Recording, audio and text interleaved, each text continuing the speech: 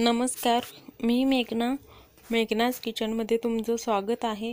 तर आज आपण इथं गुड डे बिस्किटाचं एक नवीन छान असं मिठाई बनवणार आहोत। तर व्हिडिओ आवडला तर लाईक, शेअर, सबस्क्राईब करा। त्यासाठी मी इथं 2 मॉम्स मॅजिक घेतलेले आहेत, म्हणजे गुड डे बिस्किट इथं घेतलेले आहेत। तर तुम्ही इथं कोणतेही बिस्किट घेऊ शकता। तर इथं 2 पॉकेट मी सगळे इथं दोन्ही पॉकेट इथं फोडून एका ताटमध्ये सगळे बिस्किट काढून घेणार आहे।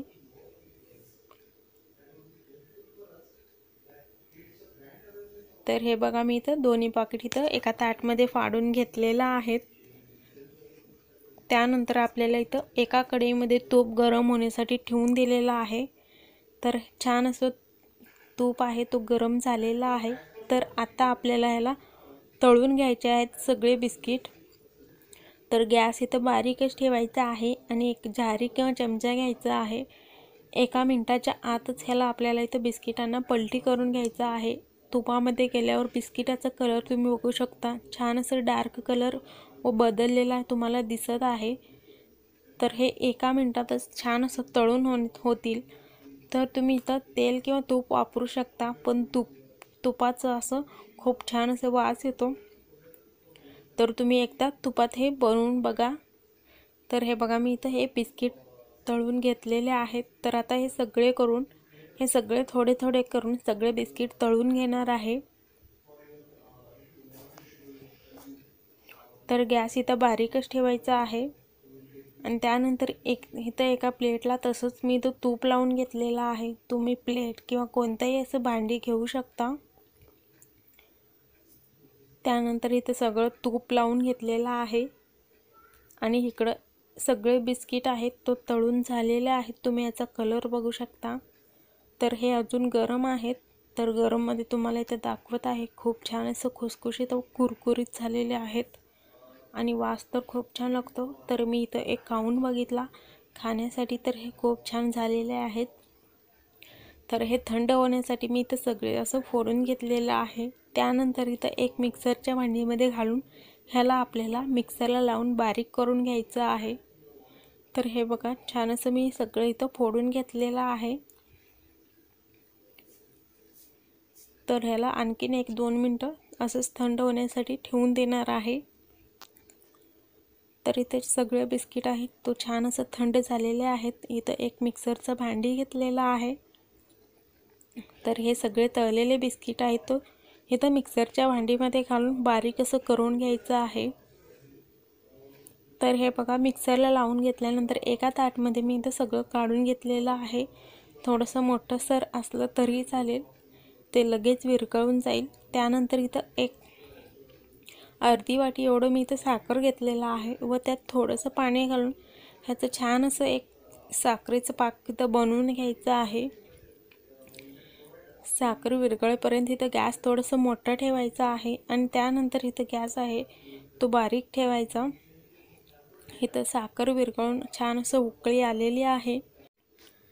त्यानंतर इथं एका वाटीमध्ये मी इथं दूध घेतलेलं आहे व त्यासोबत 1-2 चमचा एवढं इथं आपल्याला कस्टर्ड पावडर ह्याच्यामध्ये घालून घ्यायचं आहे आणि छान असं मिक्स करून घ्यायचं आहे आपल्याला। तर ह्याच्यात गाठी वगैरे व्हायला नको म्हणून ह्याला छान असं इथं फेटून घेतलेलं आहे। त्यानंतर इथं साखरेचं पाकसुद्धा बनवून तयार झालेला आहे। तर ह्याला थोडंसं हाताने इथं बघायचं, हात असं चिकट होतो का। तर हे बघा, छान असं इथं चिकट होत आहे आणि थोडंसं असं तारसुद्धा येत आहे। तर इथं गॅस बारीक करायचं आणि त्यानंतर आपण हे कस्टर्ड पावडरचं इथं पेस्ट आहे तो घालून घ्यायचं आहे। 2 ते 3 मिनटं ह्याला बारीक गॅसवर छान असं हलवून घ्यायचं आहे।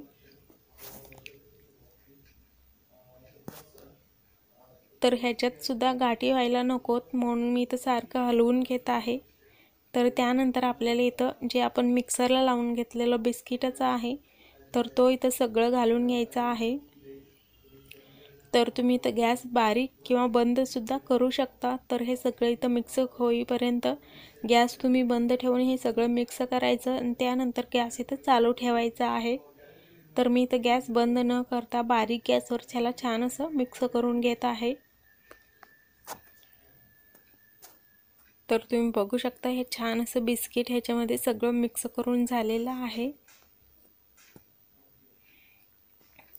तर आणखीन 1-2 मिनिटांसाठी आपल्याला असंच थोडंसं कलर बदलेपर्यंत असंच शिजवून किंवा भाजून घ्यायचं आहे। तर तुम्ही ह्याचा कलर बघू शकता, खूप छान असा कलर इथं आलेला आहे।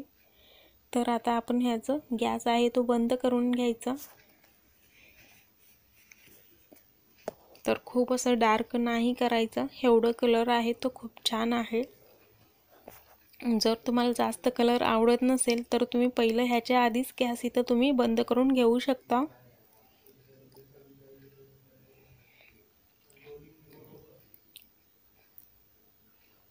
आणि छान असं हे इथं आपलं बिस्किटाचं हे सगळं बनवून तयार झालेलं आहे। तर आता आपण हे खाली घेऊयात आणि जे आपण प्लेटला इथं तूप लावून घेतलेलं आहे त्या ताटामध्ये सगळं इथं घालून घ्यायचं आहे। तर खूप सहज असं निघालेलं आहे कढईमधलं आणि ह्याला थोडंसं गरम असतानाच ह्याचं इथं असं चमच्याने इथं थोडंसं दाबून घेतलेलं आहे। तर ह्याला बाजूला असंच ठेवून दिलेलं होतं, एक साधारण 1 तास तरी झालेला आहे। आणि त्यानंतर तुम्ही बघू शकता ह्याचं कलरसुद्धा थोडंसं वेगळं दिसत आहे। तर आता आपण ह्याला कट करून घेऊयात। तर त्यासाठी इथं पहिलं ह्या प्लेटचे सगळे कडे आहेत तो असं चाकूने गोल फिरवून काढून घ्यायचं आणि त्यानंतर इथं तर मी इथं थोडंसं चौकोनी असं ह्याचा आकार देणार आहे। तर तुम्ही तो कोणताही आकार देऊ शकता।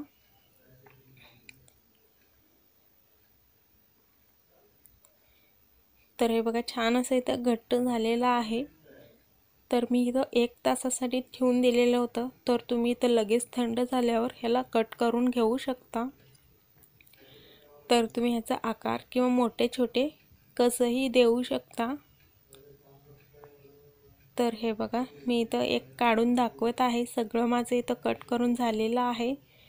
तर तुम्ही बघू शकता ह्याचा कलर आहे तो खूप छान दिसत आहे आणि हे चौकोनी तुम्ही बघू शकता आपलं बिस्किटाचा मिठाई आहे तो बनवून तयार झालेला आहे।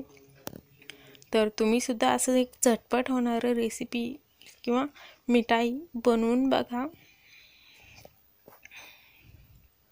तर आता हे सगळे मी इथं एका ताटमध्ये काढून घेणार आहे आणि हे लागते सुद्धा खूप छान। आपण ह्याला तुपामध्ये तळून घेतल्यामुळे हे खूप छान लागत आहे।